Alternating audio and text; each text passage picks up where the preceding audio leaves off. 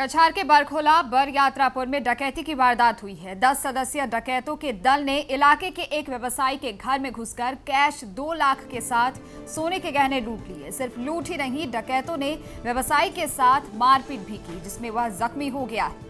रात तकरीबन 2 बजे व्यवसायी के घर का ग्रिल काट दरवाजा तोड़कर डकैतों के दल ने उसके घर में प्रवेश किया और लूट की वारदात को अंजाम दिया है। पुलिस की जांच जारी है, लेकिन अभी तक पुलिस के हाथ कोई सुराग नहीं लगा है।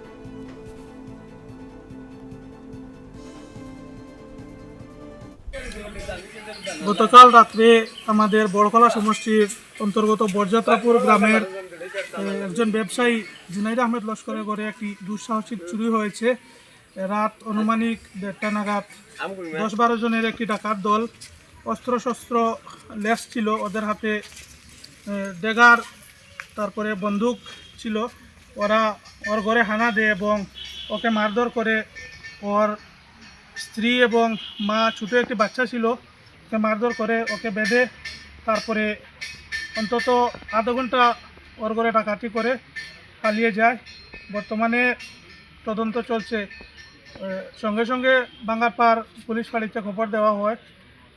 ওইখান থেকে পুলিশ বাহিনী এসে তল্লাশি চালিয়ে যান, কিন্তু এখন পর্যন্ত কোনো হদিশ পাওয়া যায়নি।